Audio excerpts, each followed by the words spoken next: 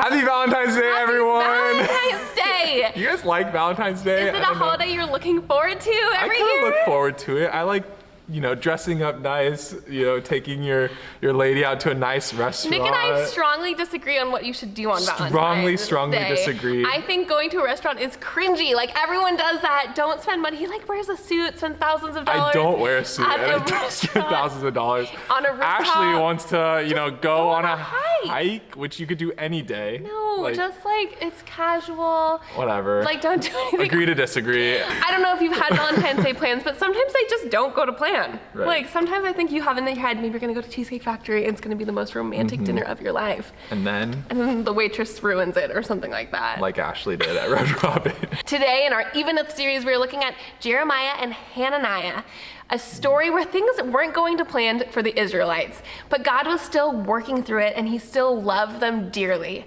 So we can learn from that as well.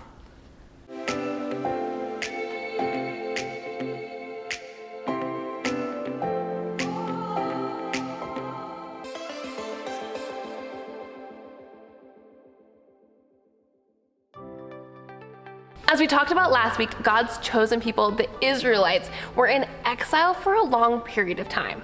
They were under the ruling of a different king that they didn't want to be under and in not a great place. And at the time there was this false prophet named Hananiah.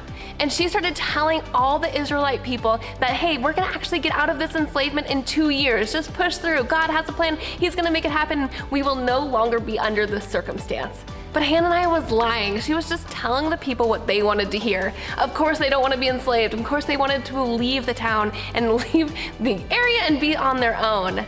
He gives that promise, Jeremiah 29:11 here, that therefore God has a plan for you. But it's under a completely different circumstance. It's not that he was gonna get them away from it right away. Before he gives that promise in Jeremiah 29:11, he first states this: "But seek the welfare of the city where I have sent you into exile, and pray to the Lord on its behalf, and in its welfare you will find your welfare." So what Jeremiah is saying here is actually you need to instead get comfortable for where you're at. Jeremiah even goes in here with a blow in verse 10, and he says you are gonna be here for not 2 more years, but 70 more years. This means not only will they never be able to go home, it's 70 years. A whole new generation would have to pass before they actually got what they wanted. This is not what the Israelites wanted to hear. They wanted to know when they were gonna go home, and they wanted to know when their suffering was going to end. And maybe you can relate to them. Maybe you feel like you might be in exile and you're waiting on God's promise and you're trusting that God's plans are good and you're waiting just for him to answer something. And the Israelites, they got the answer they needed and it wasn't the answer that they wanted. And maybe you can relate because you want to hear the same thing from God. You want to know when your suffering is going to end and you want to know when things are going to change or get better. Instead, God's plan and God's answer to the Israelites was for them to stay there and help the nation that enslaved them to prosper. Just be faithful with where you're at. Maybe God's answer to you today is to be faithful where you're at. That God has placed you there for a reason and that God's plan for your life is good and you can trust him even in the midst of your waiting. Okay, so this Valentine's Day, maybe things aren't going according to your plan. Ladies, if you learn from my struggle, this might be something I've struggled with on Valentine's Day.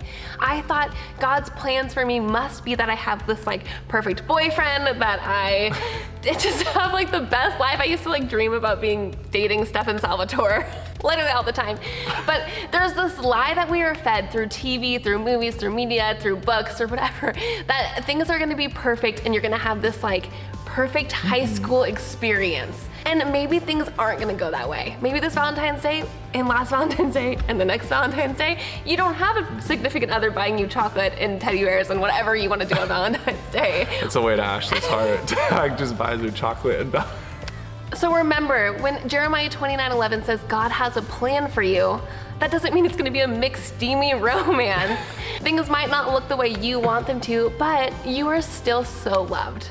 And guys, learn from me as well. As we look at this story, the Israelites were in exile, in every sense of the word, they were so unsuccessful and failures.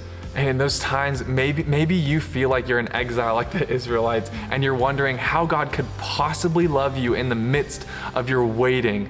Remind yourself that you are so loved. God has not abandoned you or forgotten about you. I don't know where you're at, but just remember that God has placed you there for a reason. Maybe it's not the perfect McSteamy romance and it's not the best success story, but God had the Israelites wait for 70 years. And sometimes we just need to be patient and waiting in God's timing as well.